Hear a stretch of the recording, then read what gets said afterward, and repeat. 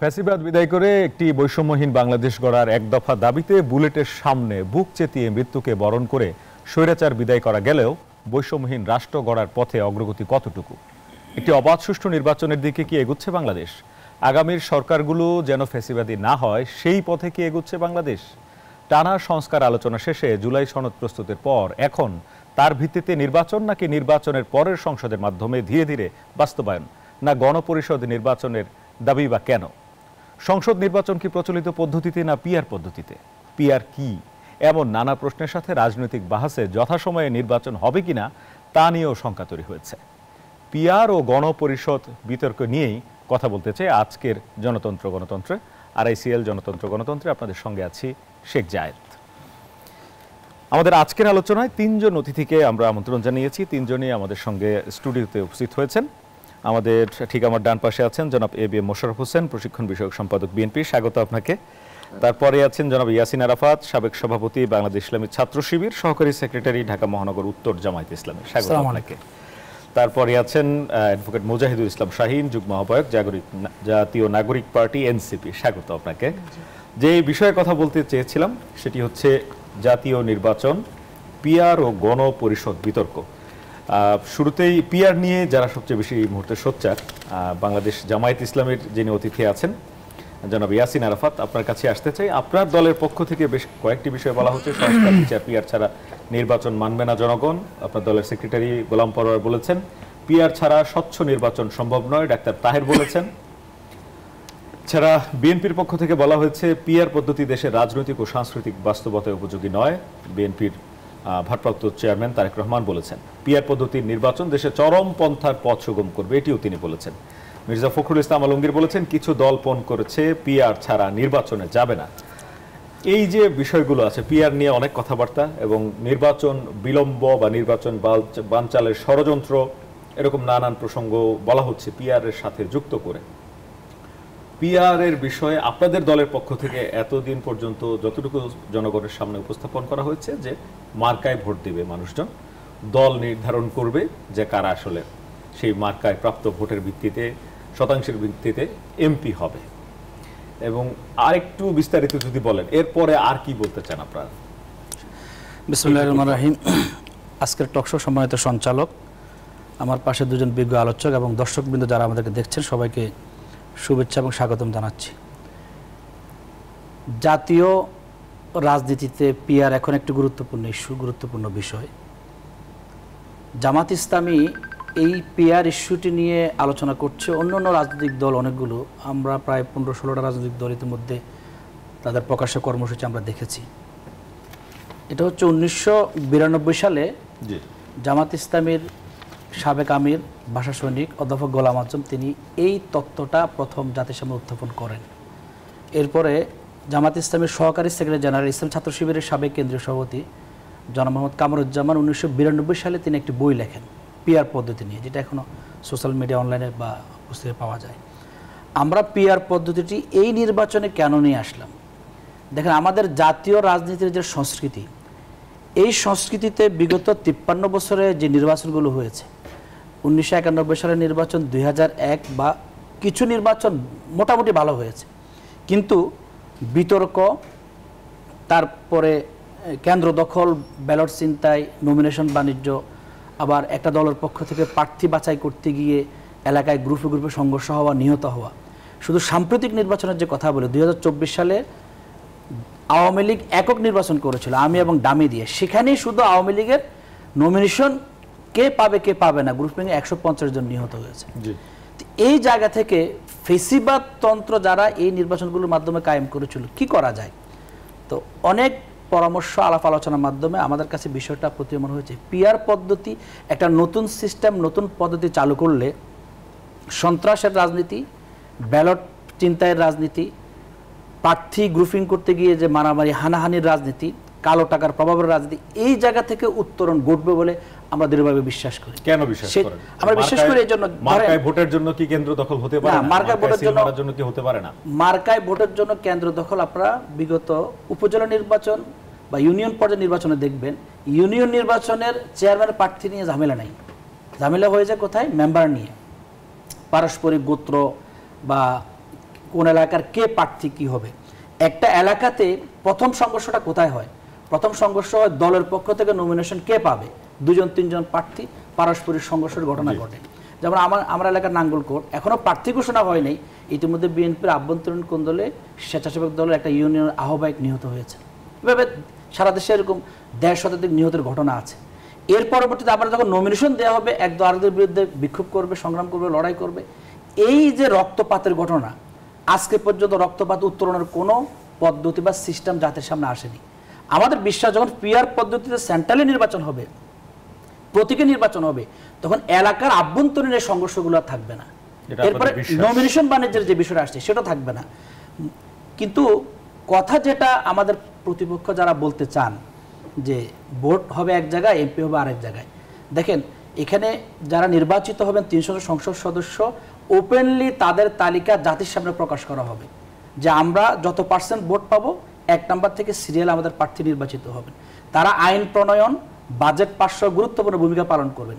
কিন্তু এলাকা ভিত্তিক উপজেলা চেয়ারম্যান প্রার্থী আছেন, ইউনিয়ন আছেন, যাদের কাজ হচ্ছে স্থানীয় সরকারের ব্যবস্থাপনায় উন্নত করা, সেটা তারা তদারকি করবেন, দেখভাল করবেন। কিভাবে করবেন? আমরা ক্যাবিনেটে দেখি কখনো 60 জন, কখনো 50 জন মন্ত্রী থাকেন। এই মন্ত্রীদের কিন্তু দল সিলেক্ট করে, এটা কিন্তু ধরেন এলাকা থেকে তাকে ভোট দিয়ে সিলেক্ট করা হয় না, দল তাকে সিলেক্ট করে বিভিন্ন এলাকার দায়িত্ব দেওয়া হয়। যে কালচার বা যেভাবে হয়ে আসছে বাংলাদেশে, এখন একটা কথা আসছে, এতদিনের যে কালচার বা সিস্টেমটা, এই সিস্টেম থেকে উত্তরণের উপায়টা কি? কেউ বলতে চায় এটা জনগণ বোঝে না, তার পরিপ্রেক্ষিতে আবার পাল্টা জবাব আসে। তো যারা পিআর সিস্টেম বোঝে না তাদের রাজনীতি করার তো দরকার নেই, জনগণ তো আপনার বুঝাইতে হবে। আমরা বলছি যে 54 বছর 53 বছরের ফেসিবাদের যে সিস্টেম, ফেসিবাদ কায়েম হওয়ার যে পথ, এই পথগুলো রুদ্ধ করতে হলে পিআর সিস্টেমে যেতে হবে। আপনি একটা নতুনত্ব আনলে দেখবেন আগের সিস্টেমগুলো ভেঙে যায়। আমরা মাঝে মধ্যে দেখি যে যারা কি বলে ব্যবসায়িক সিন্ডিকেট সাথে যুক্ত, সেখান থেকে যদি প্রশাসক সরিয়ে দেওয়া হয় কিছুদিন কিন্তু ঠিকভাবে চলে। এই জন্য একটা পদ্ধতি নতুনভাবে জাতির সামনে তুলে নিয়ে আসলে যখন সিদ্ধান্ত গ্রহণ হবে, বিভিন্ন রাজনৈতিক দল সভা করবে, সেমিনার করবে, জাতির সামনে তুলে ধরবে। এখন তো ব্রাকের যে জরিপ, সেখানে তো 71% জনগণ পিআর এর পক্ষে, ব্রাকের জরিপে।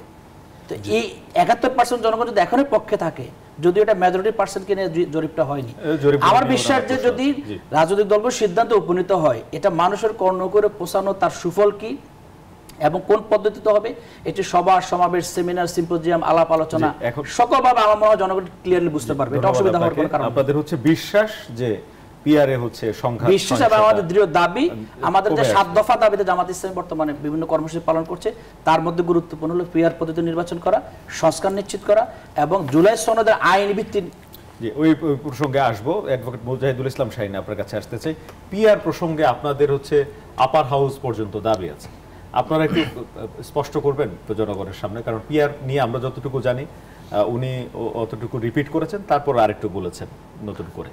জি, আসলে বাংলাদেশের মানুষ এখনো পিআর সম্পর্কে অতটা অবহিত না। জি, যে পিআরটা আসলে কি, আমি ভোট দিলে কোথায় যাবে, ভোট নিয়ে অনেক আগ্রহ। আমাদের জাতীয় নাগরিক পার্টি বা এনসিপির পক্ষ থেকে আমাদের যেটা দাবি ছিল সেটা হলো নিম্নকক্ষের ভোট যেভাবে আছে এখন এমপি যেভাবে নির্বাচিত হয় সেভাবেই হবে, কিন্তু উচ্চকক্ষ যখন হবে, উচ্চকক্ষতে যদি 100 আসন হয়, তাহলে নিম্নকক্ষে আপনি যে ভোট পাচ্ছেন তার একটা প্রপোর্শনেট অংশ হিসেবে ওখানে আমরা পিআর পদ্ধতিতে একজন ক্যান্ডিডেট দিতে চাচ্ছি। আপনারা নিম্নকক্ষে পিআর চান না কেন? পিআর চাই না এই কারণে, সেটা হলো যে আপনি দেখেন একজন গ্রামের মানুষ, সে তো কখনো ব্যক্তি দেখে ভোট দেয়, কখনো মার্কা দেখে ভোট দেয়। তো তার মাথায় কিন্তু ওইটা নাই যে আমার একটা নির্দিষ্ট দল আছে। যারা পিআর পদ্ধতিতে ভোট দেয় আপনি দেখবেন তাদের একটা লক্ষ্য থাকে যে এই লক্ষ্যের কারণে আমি এই দলকে ভোট দিব। কিন্তু আপনি দেখবেন যখন আমার এলাকায় একজন ভালো প্রার্থী হবে, তিনি কোন মার্কার, তার চেয়ে বড় বিষয় হলো এই লোকটা সৎ, দক্ষ, কেমন, এর উপর ভিত্তি করে কিন্তু তারা স্থানীয় লোক নির্বাচন করে যে আমার এই এলাকার উন্নয়নের জন্য, আমার এই এলাকার মানে জনমানুষের কথা শোনার জন্য অমুক ব্যক্তি অ্যাপ্রোপ্রিয়েট ব্যক্তি, সেই ব্যক্তিকে আমি ভোট দিব। তাহলে আমি যখন পিআর পদ্ধতিতে নিম্নকক্ষে ভোট দিব, তাহলে আমার চয়েসটা নাও থাকতে পারে, কারণ দল নির্ধারণ করে দিবে যে ওই আসনের জন্য কে এমপি হবে। আমি যাকে এমপি হিসাবে চাই এটা দলের কাছে মুখ্য বিষয় না, দল চিন্তা করবে যে ওই এলাকার জন্য গুরুত্বপূর্ণ কে হবে, তার ভিত্তিতে সে সিদ্ধান্ত নেবে। পিআরের সমস্যাটা হলো এখানে নিম্নকক্ষের বিষয়, আমাদের যে বক্তব্যটা আর কি, আমাদের সাধারণ মানুষ চয়েস করতে পারতেছে না যে আমার এমপি হবে উনি, যে কারণে আমরা এই মুহূর্তে পিআর চাচ্ছি না। সেকেন্ড আরেকটা বিষয় হলো পিআরের আরেকটা সমস্যা হলো যে বাংলাদেশে ঝুলন্ত পার্লামেন্ট হয়ে যেতে পারে। আমাদের মতো এই ধরনের Balance একটা না থাকতে হ্যাঁ, পারে, এই parliament। ধরনের একটা দেশে Imbalance। যদি আপনার যদি স্টেবল গভর্নমেন্ট না হয়, তাহলে এই দেশে অনেক ধরনের সমস্যা হতে পারে। মানে সেনা শাসন আসতে পারে, আপনার হলো 2 দিন পর পর ইলেকশন করা লাগতে পারে। কারণ আপনার হলো জোট ভিত্তিক, আপনার পিয়ার ইলেকশনের মাধ্যমে দেখা গেল একটা দল আপনার সংখ্যাগরিষ্ঠ হইল না, কয়েকটা দল মিলে ইলেকশনে আসলো, তখন এক দল মনে করবে যে আমার মন্ত্রিত্ব কম হয়েছে, সুতরাং আমি আর তোমার সাথে নাই, আমি সমর্থন উঠিয়ে নিলাম। সমর্থন উঠিয়ে নিলাম, তখন কিন্তু আপনার পার্লামেন্ট ভেঙে যাবে, তখন আবার ইলেকশন দিতে হবে। তো এই ধরনের আপনার পিয়ারের সিস্টেমের জন্য নিম্নকক্ষে এখনো বাংলাদেশ প্রস্তুত না।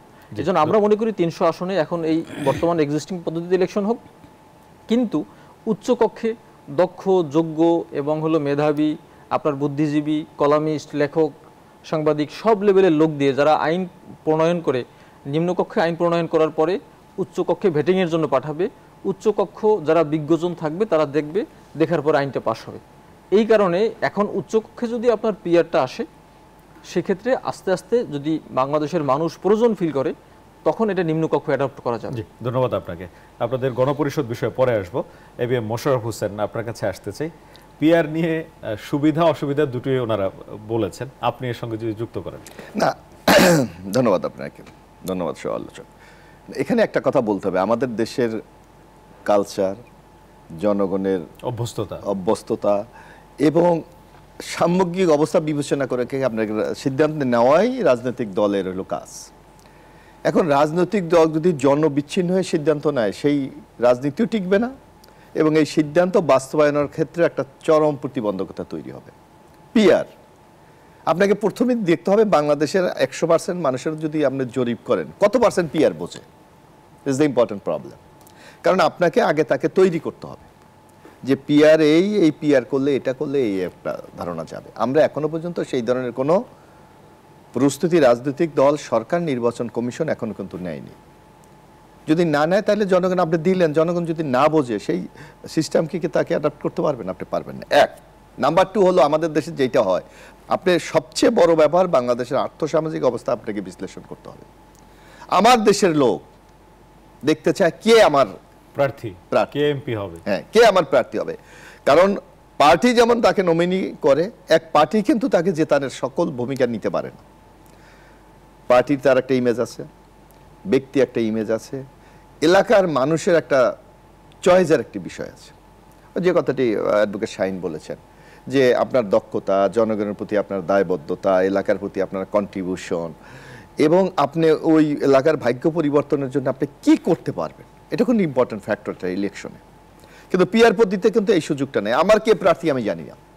আমরা যারা এই মানে নির্বাচনী রাজনীতি করি, প্রতিদিন ভোরবেলা ঘুম থেকে যখন আমরা উঠি দেখি যে আমাদের যে বসার রুম, ড্রয়িং রুম আমরা যেটা বলি, অসংখ্য লোক বসা। কারো জমি নিয়ে প্রবলেম, কারো বাচ্চাকে স্কুলে ভর্তি করতে হবে, কেউ হাসপাতালে ট্রিটমেন্টের জন্য ব্যবস্থা করে দিতে হবে, কারো মামলা আছে, মামলা একটু উকিলকে বলে দিতে হবে, কারো আর্থিক সংকট আছে, যতটুকু পারা যায় তাকে সমস্যা সমাধান করতে হবে। এটা হলো আমাদের দেশের বাস্তবতা। এইটাকে কাটিয়ে আপনি যদি পিআর করেন, পিআর করলে আপনার যে কথাটা বলা হচ্ছে, যেটা ইয়াসিন আরাফাত বললো যে আমরা আগেই লিস্ট দেব। এখন ধরেন আপনি ধরে নিলাম এনসিপি, তারা ধরেন 20% ভোট পেল, 20% ভোটে হলো 60টা পেল। এখন তারা মনে করছে আমার কুমিল্লা আমার অবস্থান ভালো, আমি রংপুরে বসে এখান থেকে ভালো। কিন্তু no, election committee will decide সে কি করবে এখান থেকে। কারণ আপনি যদি এক থেকে আমি যদি সে 60 সিট পাই, আমি 1 থেকে 60 দিয়ে দেবো, কারণ তার লিস্টে 100-300 দেওয়া। এখন আমার দেখা যাচ্ছে আমার সংগঠনের অবস্থা একটা জায়গায় ভালো, ওখানে আমি কাজ করলে পরবর্তী সময় আমার দল রাইজ, কারণ আপনি 300 সিটে তো একটা দল জিতবে না। হ্যাঁ, আমার নেতাটাও গুরুত্বপূর্ণ। হ্যাঁ, আমার নেতাটাও গুরুত্বপূর্ণ। আপনি এমন জায়গায় আমাকে সিলেকশন দিলেন, ওখানে আমার কাজ করার কোনো জায়গায় নেই। তো এই যে সংকটগুলো কি জামাত ইসলাম একটু চিন্তা করছে? চিন্তা করে না। হঠাৎ করে আপনার একটা এই সিস্টেমকে জনগণকে আপনি অভ্যস্ত করেন, জনগণকে আগে ধারণা দেন যে জনগণ কি চায়। এক আরেকটা যে চমৎকার কথা শাহিন বলল যে আমাদের দেশের আর্থসামাজিক অবস্থা, যেমন এই নির্বাচনটা হবে, আমরা দেখতে পারলাম প্রায় 2,500 কোটি টাকা আমাদের নির্বাচনে ব্যয় হবে। তা আপনার যদি পিআর পদ্ধতি হলে একটা ঝুলন্ত পার্লামেন্ট হওয়ার সম্ভাবনা সবচেয়ে বেশি, কারণ আমার পার্সেন্টেজ অনুসারে ভোট হবে। কারণ আপনি মনে করেন যদি ধরেন একটা দল, দেন আমরা বিএনপি 50% ভোট পেলাম, তাহলে আসন পাবে 150, তাকে কিন্তু তারপরে গভর্নমেন্ট ফর্ম করার জন্য আরেকটা দলের অন্যদের সমর্থন লাগবে, সমর্থন লাগবে। অন্যরা সমর্থন যখনই লাগবে তখন কিন্তু নানা মানে এখানে বার্গেনিং অবস্থা শুরু হবে। তো আর কোনো কারণে যদি আপনি তাকে স্যাটিসফাই না করতে পারেন, আস্থায় না আনতে পারেন, সেটা আপনি সমর্থন করতে হলে গভর্নমেন্ট। তো আমাদের মতো একটা এরকম উন্নয়নশীল একটা দেশে বারবার নির্বাচন করার কি সেই মানে বোঝা বহন করার মতো সক্ষমতা বাংলাদেশে আছে? এটা জাপান হতে পারে, অর্থনৈতিকভাবে সচ্ছল একটি দেশ, যে কোনো সময় নির্বাচন এদের কাছে মানে কোনো ঘটনা, এবং দেখুন জাপানের গভর্নমেন্টও যে কোনো সময় কিন্তু পড়ে যাচ্ছে। আর তাছাড়া জামাত ইসলাম যে এটা চাচ্ছে, আপনি ওনারা অনেক বলে যে বিশ্বে প্রায় 91টি দেশে পিআর আছে, কিন্তু সেখানে আপনি দেখতে হবে পিআর মানে আংশিক কোথাও কোথাও আছে, তাও পরিপূর্ণ না। সেখানে হয়তো আপার হাউজে আছে, সেখানে হয়তো দেখা যাচ্ছে যেমন আমেরিকাতে আপনার একটা পার্লামেন্টের মধ্যে মাঝে কিন্তু আবার আরেকটা ইলেকশন, মিড টার্ম একটা ইলেকশন হয়, মানে চেঞ্জ হয়ে যায়। তো চেঞ্জ হয়ে গেলে তো গভর্নমেন্ট কিন্তু চেঞ্জ হয় না। তো এইরকম নানা সংকটগুলি আছে, এই সংকটগুলিকে আপনার কনসার্নে এনে কিন্তু আপনাকে সিদ্ধান্ত নিতে হবে। হুট করে আপনি এখন পিআর বললেন, তাহলে পিআর আপনার মানে কোন প্রক্রিয়া আপনি জনগণকে আশ্বস্ত করবেন? এখনো যে কথাটা ওই যে ইয়াসের আহমেদ বললো, এখন দেখবেন ফেসবুকে দুষ্ট ছেলেরা বলে যে আমি ভোট দিলাম কমলে, এমপি হয়ে গেল রংপুরে। এখন ওই লোক এখানে এসে কুমিল্লা আমার কি সলভ করবে? জি, এই প্রশ্নেরই জবাব নিব। ইয়াসিন আরাফাত, আমরা হচ্ছে এই বিরতিতে যাব, তার আগে আপনি যদি 1 মিনিটে যুক্ত করেন। এক হচ্ছে যে অন্য জায়গায় একজন এমপি হয়ে গেল, এটা কিভাবে সমাধান করবেন? দলের গুরুত্বপূর্ণ নেতারা আছে, আপনি সেই পার্সেন্টেজ অনুযায়ী দিলে, সেইভাবে দিলে তাদেরকে সুনির্দিষ্ট আসনে দিতে হবে, এগুলো সমাধান কি হবে? দেখেন, প্রত্যেকটা জিনিসের প্রবলেম আছে, আপনারা কি মনে করছেন কি না যে শুধু আইন প্রণয়নই এমপির কাজ? এখন শুধু আইন প্রণয়ন এলাকায় বলছি না, বিভিন্ন দায়িত্ব পালন করেন এমপিরা, এলাকায় জনপ্রিয়তা, মানুষের দাবি চাহিদা, সিস্টেমেরই পজিটিভ দিক এবং নেগেটিভ দিক আছে। পিআর পদ্ধতি বর্তমান আমাদের যে সিস্টেম আছে, এই পদ্ধতির চাইতে অধিকতর ভালো হবে, শক্তিশালী হবে গণতন্ত্র উত্তরণে, ফেসিবাদ বিতরণের ক্ষেত্রে।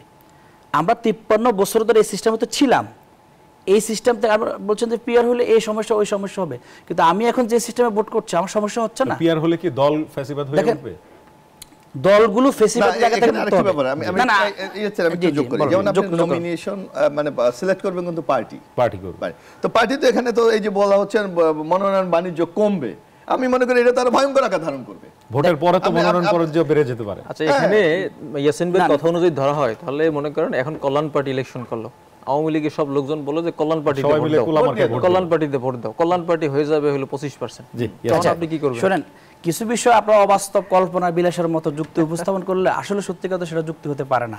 আপনারা বলছেন যে পিআরে অনেকগুলো সমস্যা আছে, এখন বর্তমান সিস্টেমে সমস্যা নেই। বাংলাদেশে গণতন্ত্র হরণ তো এই সিস্টেমে হয়েছে, বাংলাদেশে ফেসিবাদ এখন ফলটা কোথায়? না, বাংলাদেশে এই ডিপেন্ড অন প্র্যাকটিস। আপনি আইন তো ঠিক আছে না, আপনার আইনি প্রক্রিয়ার মধ্যে সংশোধন এবং সংস্কার করা প্রয়োজন আছে। আপনি দেখেন বর্তমান সিস্টেমে আপনি 40% 42% ভোট পেয়ে সরকার গঠন করে ফেলছে, 250 জন হয়ে যাচ্ছে, 58 জন হয়ে যাচ্ছে। আপনি আপনার মতো করে সংবিধান চেঞ্জ করে ফেলতেছেন। না না, এই জন্য 1991 সালের নির্বাচনে দেখেন, আমি একটা হিসাব দিচ্ছি, দেখেন 1991 সালের নির্বাচনে জামাত ইসলামী 12.13% ভোট পেয়ে আসন পেয়েছে 18টি, 36টা পাওয়ার কথা ছিল পিআরে। এখানে বহু রাজনৈতিক দল 1%, 2%, 3% ভোট আছে। দেখেন সবাই যখন সম্পৃক্ত হবে আপনি উপেক্ষা করতে পারবেন না জিনিসটা। আরেকটা হচ্ছে বলেন যে জ্বলন্ত সংসদ হবে, ভেঙে যাবে। বিশ্বের যে 91টা দেশ, আপনি একটা গবেষণা করে দেখেন কয় দেশে জ্বলন্ত সংসদ হয়েছে। একটা দুটো রাষ্ট্রের কথা চলে আসে, নেপালের কথা চলে আসে। নেপালে পিআর সিস্টেমের পাশাপাশি রাজতন্ত্র সেখানে ছিল, রাজতন্ত্রের ক্ষমতা দখল নিয়ে কথা ছিল। আপনি গণতন্ত্র সিস্টেমে তো আমাকে ফেসিবাদ থেকে উত্তরণ করাতে পারেননি, কিন্তু দলগুলোকে ফেসিবাদী বানাবে কিনা সেটা বলেন। দলগুলোর মধ্যে গণতন্ত্র চর্চাটা আরো বেশি হবে, জাতি সেটা দেখে তখন তাকে বাছাই করবে। নেপালে গত 5 বছরে কমপক্ষে 4 বার সংসদ ভেঙেছে। সেটা কি কারণে? সেটা পিআর এর কারণে নাকি রাজতন্ত্রের কারণে? পিআর এর কারণে, রাজতন্ত্র কোনো রকম নাই না, সেটা হচ্ছে সেখানে রাজতন্ত্রের আলাদা প্রভাব থাকার কারণে, এখন নাই, রাজতন্ত্র এখন নাই, নিয়ন্ত্রণ করার কারণে। পিআর ছাড়া স্বচ্ছ নির্বাচন হবে না কেন এটা বলেন। দেখেন বাংলাদেশে আমির বলেছেন স্বচ্ছ নির্বাচন হবে না, কেন হবে না? বর্তমান নির্বাচন ব্যবস্থার কারণে এখানে টাকার খেলা হয়, নমিনেশন বাণিজ্যের খেলা হয়। আমরা বলছি এই সিস্টেমগুলো পিআর সিস্টেমে থাকবে না, হবে না। কেন থাকবে না? আপনাকে বলেন, আমি একটু বলি, নিম্ন কক্ষে পিআর বেশি হবে। আর ধরেন আপনি 10% ভোট পেলেন, জি, আপনি 3 দশকে 30টা সিট পাবেন। এখন এই যে পিআর সিস্টেম এনেছে, এই 30 জন তো নমিনি করবে আপনার দল। তো দল মনে করবে যে আমাকে ডোনেশন দেবে, যে আমার দল চালাতে পারবে, যে আমার নেতা কর্মীকে দেখে রাখবে, যে জেলে গেলে টাকা খরচ করবে, আমি তাকে দেবো। আমি তো যে কর্মীটা আমার এই জায়গায় আপনাকে একটু বলি, দেখেন বাংলাদেশের মানুষ অনেক সময় ভোট দেয় কে কোন ফেভারে আছে, জোয়ার কোন দিকে যায়, যে আমি আমার ভোটটা পচাবো না। কিন্তু যখন পিয়ার সিস্টেমে ভোট হবে, প্রত্যেকটা লোক বলবে যে আমি আমার একটা ভোট এটা কখনো নষ্ট হবে না। আপনি 50% ভোট পেয়ে বা 48% ভোট পেয়ে একজন বিজয়ী হলো, আর তার চেয়ে কম পেয়ে একজন বিজয়ী হলো না। তাহলে আমরা ডেমোক্রেসিতে বিশ্বাস করি না, ডেমোক্রেসির ক্যারেক্টারই তো এটা। ডেমোক্রেসির মধ্যে যদি এই সিস্টেমে ভোট হওয়ার থাকে তো ডেমোক্রেসির মধ্যে পিয়ার কি ডেমোক্রেসির বাইরে? না না, আপনি ডেমোক্রেসির কথা বলেন, পিয়ার ডেমোক্রেসির বাইরে কিনা? আপনাকে একটা উদাহরণ দিই, আপনাকে একটা উদাহরণ দিই, আপনি বলেন। আমেরিকা তো আমরা সবচেয়ে গণতন্ত্রের তাদেরকে বলি না যে একেবারে তীর্থস্থান। আপনার মনে আছে আল গোর আর ইর নির্বাচনটা? টোটাল পপুলার ভোটে কিন্তু আল গোর বেশি পেয়েছে, কিন্তু সে প্রেসিডেন্ট হতে পারেনি। পিআর সিস্টেমের পজিটিভ নেগেটিভ দিক আপনাকে আলোচনা রাখতে হবে। আপনি যদি বলে শুধু এখন বর্তমান সিস্টেমই গণতন্ত্র, পিআর সিস্টেম গণতন্ত্র না, তাহলে তো যুক্তি হবে না। দুর্বলতা থাকবেই কিছু না, এখন দুর্বলতার পয়েন্টগুলো সামনে আসছে। আমরা বলছি যে ফেসিবাদী রাজনীতির উত্তরণে বাংলাদেশ 53 বছরে এই ব্যবস্থা থেকে উত্তরণ করতে পারেন নাই, তো সেই কারণে আপনাদের দাবি পিয়ারের জন্য নির্বাচন হয়। এরপরে বিভিন্ন দলের অংশগ্রহণ, একটা রাষ্ট্র মেরামতের জায়গায় আপনি ফেসিবাদী কখন করে তোলে? একটা দলকে, এক দলের নেতাকে ফেসিবাদী ভাবে কখন নিয়ে যায়? যখন সে অন্য আর গুনাহ ধরার সুযোগ থাকে না। আমরা একটা বিরতি নেই, বিরতি থেকে সেই বিষয়ে আরো কথা বলবো। দর্শক, কথা বলছিলাম এই যে পিআর পদ্ধতিতে জাতীয় নির্বাচনের দাবি উঠেছে, গণপরিষদ নির্বাচনের বিতর্ক উঠেছে। ফিরে এসে গণপরিষদ নিয়ে কথা বলতে চাই। পিআর পদ্ধতি নির্বাচনের প্রসঙ্গে যে কথা এসেছে যে যদি নির্বাচনের পরে যে প্রার্থীরা থাকবেন তাদেরকে বাছাইয়ের ক্ষেত্রে যদি সেখানে টাকার খেলা হয়, সেটি কিভাবে থামবে? অর্থাৎ রাজনৈতিক দলগুলো ফ্যাসিবাদী হয়ে ওঠার সুযোগ আছে। আরও নানা ধরনের জটিলতা আছে, নানা ধরনের প্রশ্ন আছে, সেগুলো নিয়ে কথা বলতে চাই। একটা বিরতি নিচ্ছি, ফিরছি একটু পর, সাথে থাকুন। বিরতির পর আবারও স্বাগত। দেখছেন আরএসএল স্টিল জনতন্ত্র গণতন্ত্র। কথা বলছিলাম পিআর ও গণপরিষদ বিতর্ক নিয়ে। নির্বাচন ঘিরে যে বিতর্ক চলছে, এনসিপি বলছে দেশে কোনো নির্বাচন হলে গণপরিষদ নির্বাচন আগে হতে হবে। এছাড়া জুলাই সনদ বাস্তবায়ন গণপরিষদের মাধ্যমে করতে হবে। জুলাই সনদের আইনি ভিত্তি ছাড়া নির্বাচনে যেতে চায় না জামায়াত, এ বিষয়ে প্রশ্ন তুলেছে। তারা নির্বাচনের আগে জুলাই সনদের আইনি ভিত্তি চায়। অ্যাডভোকেট মুজাহিদুল ইসলাম শাহীন, এনসিপির যুগ্ম আহ্বায়ক, আপনার কাছে আসতে চাই। গণপরিষদ নির্বাচন আপনারা যে দাবি করছেন, এই দাবির প্রতি সমর্থন জানিয়ে বা এই দাবি নিয়ে অন্য রাজনৈতিক দলগুলো তো তেমন কথা বলছে না, শুধু আপনারাই বলছেন। দেখেন, আসলে জুলাই বিপ্লবের যে ছাত্র জনতা বিপ্লব করেছেন, এই বিপ্লবের আপনার একদম একক নেতৃত্বে বলতে গেলে ছিল এনসিপি নেতৃবৃন্দরা ছিল যখন আর কি শুরু হয় আর কি। হ্যাঁ, তো এখন সেই বৈষম্য বিরোধী আন্দোলন থেকে এনসিপি যারা আসছেন তারা তো বাংলাদেশের এখন সংস্কার চায়, যে শেখ হাসিনা 17 বছর যা করে গেছে এটা আর হতে দেওয়া যাবে না, যে কারণে আমরা সংস্কার চাই। এই সংস্কার কিভাবে হতে পারে সেটার অন্যতম একটা মাধ্যম হলো গণপরিষদ। গণপরিষদটা আসলে কি? আপনি দেখেন 1971 সালে বাংলাদেশ স্বাধীন হওয়ার পরে কিন্তু যে বাংলাদেশের যে প্রথম সংবিধান প্রণয়ন করা হলো, এটা সেই এর আগের পার্লামেন্ট, মানে স্বাধীনতার আগের পার্লামেন্ট যারা মেম্বার ছিলেন তারা হঠাৎ করে একটা সংবিধান রচনা করলেন, এরপরে গিয়ে সেটা সংসদে পাশ করলেন। সুতরাং নতুন বাংলাদেশের নবোদয়ের পরে কিন্তু কোনো ইলেকশন না করেই আগের পার্লামেন্ট মেম্বার দিয়ে তিনি পাশ করলেন। সুতরাং ডিফেক্ট রয়েই যায়। এই জন্য আমরা বলছি সংস্কারের জন্য নতুন সংবিধান দরকার। এই নতুন সংবিধান কে পাশ করবে? এই জন্য একটা গণপরিষদ নির্বাচন দরকার। সংবিধান কি হচ্ছে? নতুন সংবিধান পদ্ধতি কেউ যায়? এটা আমাদের দাবি, আমরা সংস্কার চাই। তার প্রধান অন্যতম সংস্কারটা হলো নতুন সংবিধানের মাধ্যমে। এই নতুন সংবিধান কিভাবে প্রণয়ন হবে তার জন্য গণপরিষদ দরকার। আপনাকে একটা কথা স্মরণ করিয়ে দিতে চাই। 30শে মে 1977 সাল 1977-এ 30শে মে জিয়াউর রহমান সাহেব একটা গণভোট করলেন। এই গণভোট হলো, আপনি দেখেন 75-এ শেখ মুজিব নিহত হওয়ার পরে তখন যে আপনার গভর্নমেন্ট ফর্ম হলো, অনেক ধরনের আপনার সংস্কার কাজ হচ্ছিল। এই সংস্কার কাজের বৈধতা দেওয়ার জন্য তখন আপনার জিয়াউর রহমান সাহেব গণভোটের আয়োজন করলেন। গণভোটের আপনার প্রশ্ন কি ছিল, কোন পয়েন্টে জনগণ গণভোট দিল, এই পয়েন্টটা আপনাকে বলি। সেটা হলো, আপনি কি রাষ্ট্রপতি মেজর জেনারেল জিয়াউর রহমান বীরুত্তম এর প্রতি এবং তার গৃহীত নীতি ও কার্যক্রমের প্রতি আস্থাশীল? প্রশ্নবোধক চিহ্ন। আস্থাশীল কিনা আপনি?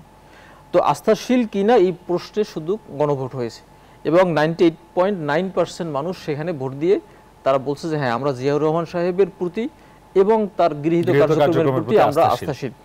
এই জন্যই মূলত এই পয়েন্টে যে আপনি এই বাংলাদেশের অভ্যুত্থানের পরে নতুন সংবিধান চান কিনা এবং সেই নতুন সংবিধানটা কিভাবে পাস হতে পারে সেটার জন্য একটা নির্বাচন হওয়া দরকার।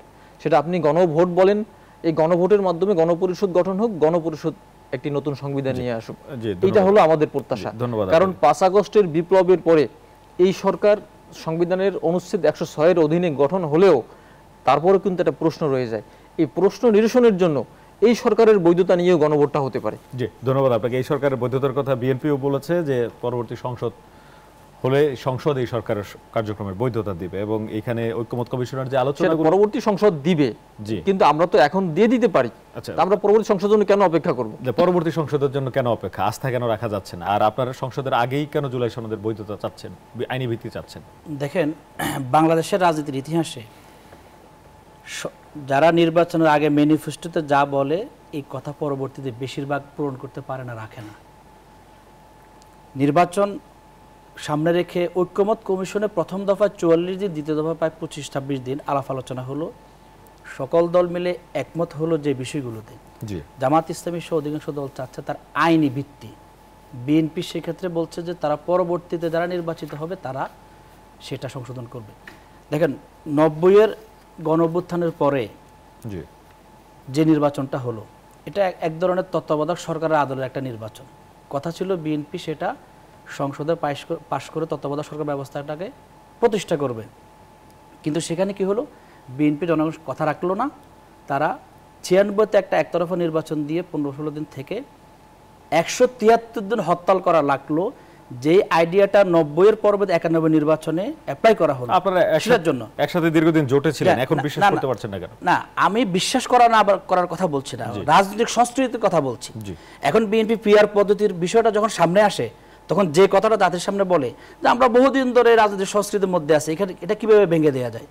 এই রাজনৈতিক সংস্কৃতি তো আপনাকে 90-এর যে সিস্টেম আপনি নির্বাচন করলেন, আপনি সেই সিস্টেমটা 96-তে রাখলেন না, 173 দিন হরতাল করা লাগলো ওই সিস্টেমটা কায়েম করার জন্য। ঠিক আছে, হরতাল করে কায়েম করা হলো। এখন বর্তমান প্রেক্ষাপটে জনগণের রাজনীতিক যারা তাদের প্রতি আস্থাহীনতার গুরুত্বপূর্ণ কারণেই আইনি ভিত্তিটা সবাই আগে চায়। এখন যদি বলে যে বিএনপি বলছে কি নির্বাচিত, বিএনপি কি নির্বাচিত হওয়ার গ্যারান্টি পেয়ে গেছে? তারা প্রত্যাশা করে, জি, প্রত্যাশা করে, এটার মধ্যে তো একটা সন্দেহ থেকে যায়। তো এই সামগ্রিক বিষয়গুলোকে সামনে রেখে আইনি ভিত্তিটা হতে হবে এখনই। আপনি যদি বলেন যে এটা সংসদে নির্বাচিত হওয়ার পরে করবে, আগে করতে অসুবিধা কোথায়? এখানে ডালমে কুচকালা হয়, এখানে একটু জটিলতা থেকে যায়। ধন্যবাদ আপনাকে। এই জন্য আইনি ভিত্তি হতে হবে, আইনি ভিত্তি হয়ে নির্বাচন হবে। জি, আপনারাও বিভিন্ন সভা সমাবেশে এই দাবি করছেন। এবিএম মোশাররফ হোসেন, ওনারা দুজনেই কথা বললেন গণপরিষদ নির্বাচন এবং আইনি ভিত্তি নিয়ে। নোট অফ ডিসেন্ট, আমি 30 সেকেন্ড একটু বলি। আইনি ভিত্তির ক্ষেত্রে আমরা গণপরিষদের কথা আমরা বলিনি, আমরা দুটা কথা বলছি। একটা হচ্ছে অধ্যাদেশ জারির মাধ্যমে, যেটা পরবর্তী সংসদ সেটাকে অধ্যাদেশটাকে অ্যালাউ করবে, অথবা গণভোট।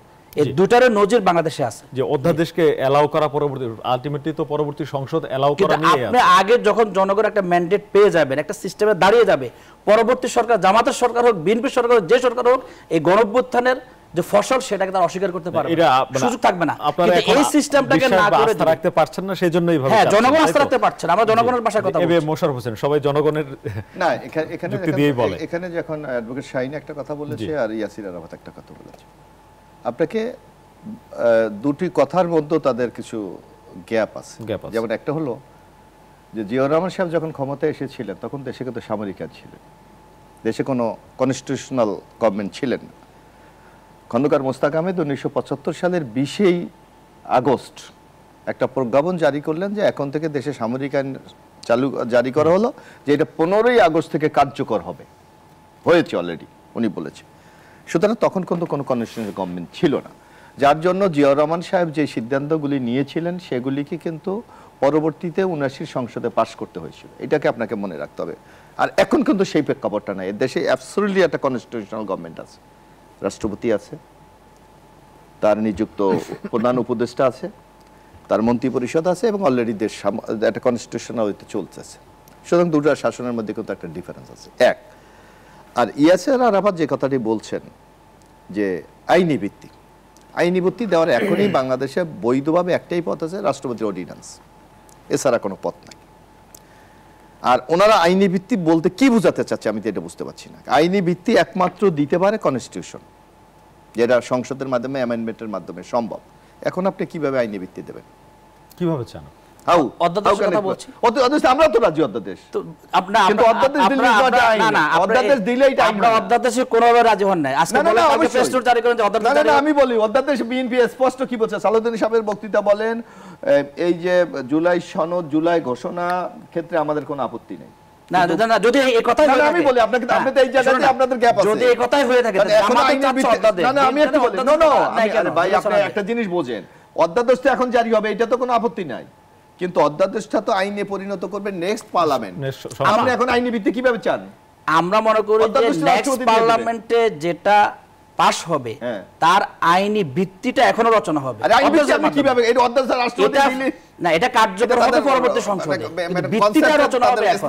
না, অধ্যাদেশের তো কার্যকর এখনই হবে, অধ্যাদেশ কার্যকর এখনই হবে, কিন্তু আইনে পরিণত করতে হলে পার্লামেন্ট লাগবে। অধ্যাদেশ যদি সংসদ নেক্সট গভর্নমেন্ট রেটিফাই না করে তাহলে বাতিল হবে, অকার্যকর হয়ে তখন তো এটা বাতিল হয়ে যাবে। বাতিল হয়ে তো যাবে। এখন কথা হইলো যে অধ্যাদেশ হোক, অধ্যাদেশ হবে। আপনাদের দাবি অনুযায়ী অধ্যাদেশ হলো, সংসদে আপনারা আসলেন না, অন্য দল আসলো, যারা নোট অফ ডিসেন্ট দিয়ে রেখেছেন যে এই জিনিসগুলো আমাদের আপত্তি আছে, আমরা এটা এইভাবে চাই, তো সেই জায়গায় তো যেই জিনিসগুলো ওনারা আগে আপত্তি জানিয়ে এখানে রেখেছেন, বাংলাদেশের মানুষের প্রত্যাশা অনুযায়ী যদি অধ্যাদেশ হয়, তো পরবর্তী সংসদ মানুষের সেই প্রত্যাশাকে অবশ্যই বাস্তবায়ন করতে হবে। না আমি একটু বলি, রক্তের বিনিময়ে ওইটা আলাদা, ওইটা এটার সাথে মিল আছে। প্লিজ আইনগতভাবে আপনি বোঝেন, আপনি আপনার গায়ের জোরে বললে তো হবে না। না, গায়ের জোরে বলছি না। আমি একটু বলি, আপনি আমাকে যেটা বুঝতে, যেমন আপনি মানে আপনি 111 গভর্নমেন্ট আপনার নিচে মনে আছে, সে আমাদের আগে দগদগে আমাদের ক্ষত বেশি দিন নাই।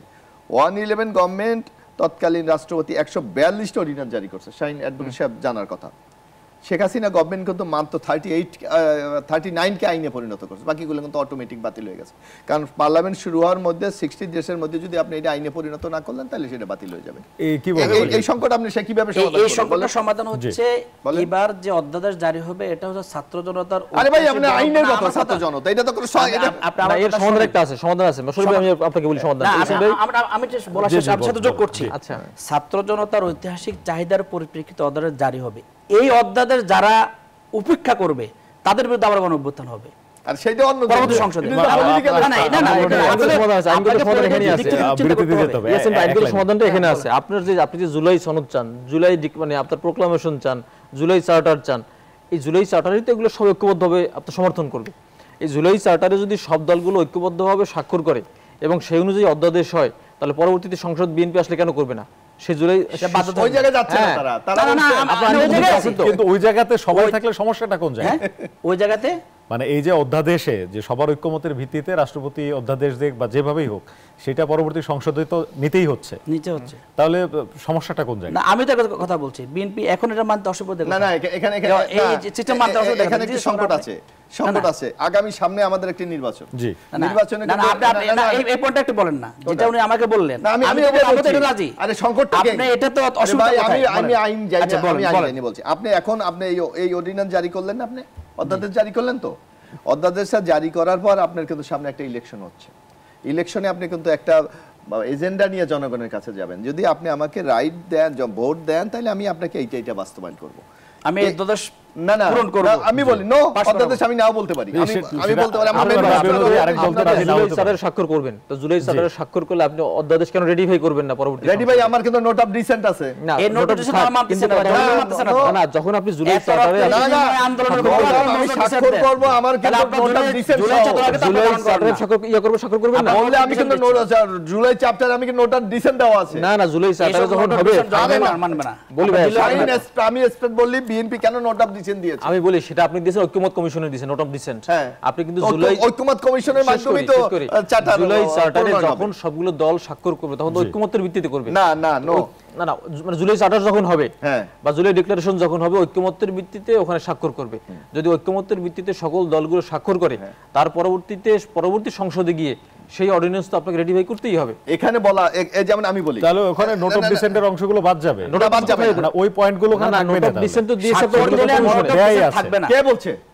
আমি তো ওই জনগণ নির্বাচনে কি সেগুলো মতামত দিবে না? নোট অফ ডিসেন্ট তো দিয়েছে ঐক্যমত কমিশনে। আর আরে ভাই, ঐক্যমত কমিশনে তো আমাকে চার্টার করবে, আমি কি করছি? জুলাই চার্টার তো আপনার কাছে পাঠাবে, আমার কাছে পাঠাবে। হ্যাঁ, পাঠাচ্ছে তো, এখন পাঠাই চলে। এখন আপনি দেখবেন আপনার কোন পয়েন্টে আপনার ঝামেলা আছে। আমার ওই নোট অফ ডিসেন্ট আমি আবারও দিতে পারি, ওই পয়েন্টগুলো তো আগেই দেওয়া আছে আমার, আগে দিয়েছেন, এখন ঐক্যমত হতে পারেন না আপনি? না, এখন হবে সমস্যা। আমি তো বলি এখানে আমি একটু 30 সেকেন্ড বলি। এখানে মূল সমস্যা হচ্ছে BNP. BNP note of dissent দিয়ে জুলাইয়ের চেতনাকে তারা ধারণ করতে চাচ্ছে না। জুলাইয়ের চেতনার প্রকৃত ঘটনা জুলাই সনদে আসুক, এটা তারা চাচ্ছে। একটা বিরতি নিচ্ছি, বিরতি থেকে এসে বসে ভাই আবার কথা বলবো। আরে আপনি আপনি তো গ্যারান্টি দিয়ে বলতে পারছেন আগামী দিনে আপনি রাষ্ট্র ক্ষমতায় যেতে পারেন, কিন্তু একটা সম্ভাবনাবিলিটি আছে না? এখন জামাতের পক্ষে জনমত তৈরি হচ্ছে, জামাতের সম্ভাবনা 103 জনের দিয়ে 1003 জনের দিয়ে আপনি বলবেন 71% লোক এটা চায় না। 1003 জন কেন? জামাত ইসলামী বিগত উপজেলা নির্বাচনে 203 জায়গায় চেয়ারম্যান নির্বাচিত হয়েছে, 40টা আসনে বিবেচনা এমপি নির্বাচিত হয়েছে। দর্শক, একটা বিরতি কথা হচ্ছিল পিআর ও গণপরিষদ, জুলাই সনদের বাস্তবায়ন ইত্যাদি বিষয়ে একটা বিরতি নিচ্ছি, ফিরছি একটু পর, সাথে থাকুন। বিরতির পর আবারও স্বাগত। কথা বলছিলাম পিআর, জুলাই সনদ, গণপরিষদ নির্বাচন ইত্যাদি নিয়ে। নির্বাচনের একটা সময়সীমা ঘোষণা হয়েছে, 26শে ফেব্রুয়ারির মাসের প্রথম অংশে নির্বাচন হবে। এই সপ্তাহের মধ্যেই নির্বাচনের রোডম্যাপ, যেটি নির্বাচন কমিশন ঘোষণা করার কথা, সেটি ঘোষণা করা হবে, আজকে ইসি জানিয়েছে। নানা ধরনের বিতর্ক, রাজনৈতিক বাহাস আছে, কিন্তু সবই মিলে বাংলাদেশ। এই ধরনের বাহাসই চলতে থাকবে, না একটা জায়গায় আমরা সুন্দরভাবে আসবো, সুন্দর একটি নির্বাচন হবে? অ্যাডভোকেট মুজাহিদুল ইসলাম শাহীন, এরকম বাহাসই চলতে থাকবে, না আমরা একটা সমাধানে আসবো? না, আসলে আমি মনে করি বাহাস চলতে থাকবে না। এই যে ঐক্যমত কমিশন হলো, এই ঐক্যমত কমিশনের ভিত্তিতে সবাইকে ঐক্যবদ্ধভাবে কিন্তু এক জায়গায় নিয়ে আসা হয়েছে এবং ওখানে অনেকগুলো সিদ্ধান্ত নেওয়া হয়েছে। সেই সিদ্ধান্তের প্রেক্ষিতে আমার মনে হয় যে বিএনপি কিন্তু বিভিন্ন বিষয়ে ঐক্যমত হয় নাই, পরবর্তীতে দেশের স্বার্থে, জাতির স্বার্থে কিন্তু মানে অনেকগুলো পয়েন্ট ঐক্যমত হয়েছে, বিষয় ছাড় দিয়েছেন বা ঐক্যমত হয়েছেন। আমরা ছাড় না বলি, যে দেশের স্বার্থে ঐক্যমত্য পোষণ করেছেন। এই কারণে আমরা আশাবাদী যে আমরা 5 আগস্ট যেভাবে ঐক্যবদ্ধভাবে বাংলাদেশ এটা মানে বিপ্লব করেছি, আমরা ঐক্যবদ্ধভাবে যে একটা গণ অভ্যুত্থান করেছি, তার প্রেক্ষিতে হলো অবশ্যই বিএনপি আসবে, সব অন্যান্য দলগুলো এসে ঐক্যমত্যের ভিত্তিতে এদেশে একটি পারস্পরিক হানাহানি মুক্ত রাজনৈতিক পরিবেশ সৃষ্টি করবে, আমরা এটা বিশ্বাস করি। ধন্যবাদ আপনাকে। ইয়াসিন আরাফাত, দেখেন, তর্ক বিতর্ক না বলে যদি বলেন, রাজনীতিতে মত পার্থক্য হচ্ছে রাজনীতির সৌন্দর্য, কিন্তু পরমত সহিষ্ণুতা, আমি পরের মতকে শ্রদ্ধা জানাবো, এই দৃষ্টিকোণটা লালন করলে বাংলাদেশের রাজনীতি অনেক গুণ এগিয়ে যাবে, দেশের জন্য মানুষের কল্যাণ সেটা নিবেদিত হবে। এখন যে বিষয়গুলো সামনে আসছে, 2000 শহীদ, 30,000-এর বেশি আহত, পঙ্গুত্ব বরণকারী, এই ভাইদের রক্তের বিনিময়ে, শাহাদাতের বিনিময়ে যে বাংলাদেশটা আমরা পেলাম, এই বাংলাদেশকে এগিয়ে নেওয়ার জন্য আপনাকে আমূল সংস্কার লাগবে। আমূল সংস্কারের মৌলিক কিছু পয়েন্ট আছে, যেমন জামাত ইসলামী 41 দফা দিয়েছে, বলছে 10টার মতো মৌলিক সংস্কার যদি হতে পারে একটা সুষ্ঠু নির্বাচন সম্ভব। কিন্তু আপনি যেই তরি দিয়ে বারবার নদী পার হলেন, এই তরি সংস্কার না করে যদি আবারও যদি নির্বাচনে যান, বাংলাদেশ আবারও সেই অন্ধকারের অতল গহ্বরে। ধন্যবাদ আপনাকে। এবিএম মোশাররফ হোসেন, সংস্কার কাজ তো চলছে না। আমি মনে করি আগামী দিনে বাংলাদেশের জনগণের অধিকার প্রতিষ্ঠার জন্য যে স্টেপগুলি নেওয়া দরকার, খুব ইমিডিয়েট। আপনি তো সংস্কার তো একটা দীর্ঘমেয়াদী প্রক্রিয়া, আপনি হুট করে তো সবকিছু রাতারাতি চেঞ্জ করে দিতে পারবেন না। আমি মনে করি ঐক্যমত কমিশনে যে বিষয়গুলি একমত হয়েছে, এগুলি আগামী দিনে গণতন্ত্র উত্তরণের ক্ষেত্রে একটা ব্যাপক ইতিবাচক ভূমিকা। যেমন আপনি মনে করেন মানুষ ভোট দিতে পারেনি, এখন একটা নির্দলীয় সরকারের অধীনে নির্বাচন হবে। আপনি আগে নির্বাচন কমিশন নিয়োগ নিয়ে একটা বিতর্ক ছিল, ইতিমধ্যে ঐক্যমত হয়েছে যে নির্বাচন কমিশন কিভাবে হবে। আগে প্রধান বিচারপতি নিয়ে একটা বিতর্ক ছিল, দলীয় মোড়কে নিয়ে, এখন কে প্রধান বিচারপতি নির্ধারণ করে দেওয়া হয়েছে। আজকে আমার সাংবিধানিক প্রতিষ্ঠানগুলি কিভাবে চলবে সেই ব্যবস্থাগুলি হবে, পুলিশ সংস্কার।